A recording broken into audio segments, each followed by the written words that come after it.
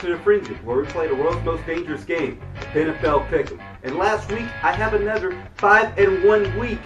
That's 3 one-loss weeks this season. I am doing good so far. And we got some big games coming up for week 8. Maybe the most important game is the NFL London game. Look, it's no surprise that the NFL is trying to branch out to a more global audience. And England is where it's at. Besides, they've given us such great things as Doctor Who, Spice Girls, Hugh Laurie, Top Gear, Spice Girls again when they went on that second tour.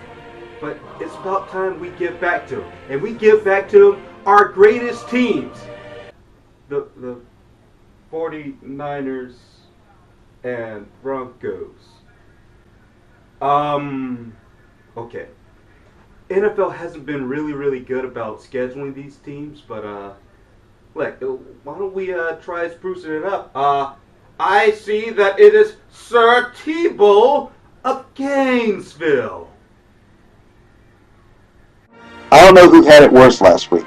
Maybe it was the Broncos who got raided by Oakland all day long, or maybe it was the 49ers who at the last second got beat by the winless Carolina Panthers.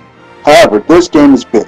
Now, it's kind of hard for me to pick between them, but I usually go with the team with the better record. Therefore, I'm picking the 49ers to get stomped by the Broncos.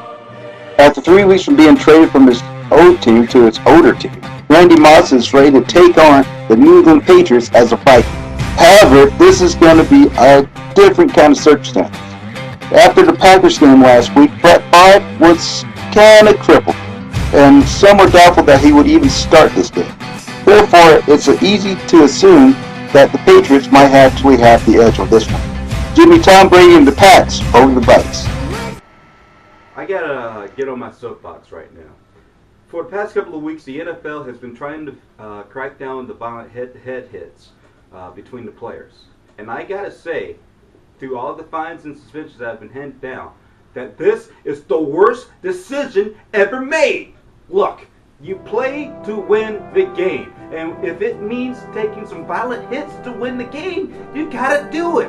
Look, you got players like Harrison who've been playing their whole careers, now in jeopardy of having their livelihood taken away from them. Why would you do that, NFL? Let them play.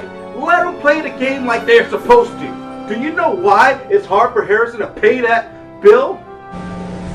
You said it, the rent is too damn high. The rent is too damn high. Let's face it, the Steelers last week got off, mainly because the referees just couldn't pay attention after the fumble. But this is a big deal right now. They're going up against the Super Bowl champions, and the Saints ain't looking so good. They lost to the Browns of all people. The Browns! I'm going to give this one to the Steelers easily to overtake the Saints. You know, a team that we really don't get to talk about that often? The Tampa Bay Buccaneers. They're 4-2, second in the NFC, and the coach might actually think that they're the best team in the NFC. Now, Raheem, let's not get ahead of ourselves. There's still a couple of games left, but I think you might have a shot to play off. And it starts by beating the Arizona Cardinals away from home this Sunday. First, Alabama falls from their number 1 spot. Then Ohio State falls from their number 1 spot. And now Oklahoma fell from their number 1 spot last week because of Missouri. Look, this is a crazy college football season. But it's even dangerous if you're the number 1 seed. I think I might have found a formula that might actually help pick who's going to win my next bonus pick. That starts with the number 1 team in the nation, who I think is Oregon, who's been playing extremely well. Now let's take a team that's in the mid-teens in the rankings, such as Southern Cal, that pretty much has nothing to lose and everything to gain.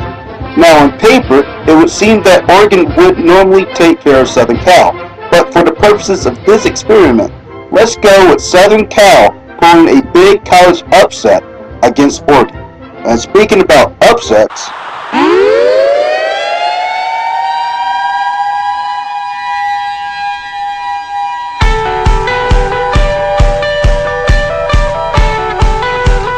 in week 1, the Houston Texans played the huge role of the big upsetter, beating Peyton Manning and the Colts. Now, looking at the records, it's time for the Colts to pull an upset of their own. Yeah, it's unfair to call this an upset pick, but here it goes.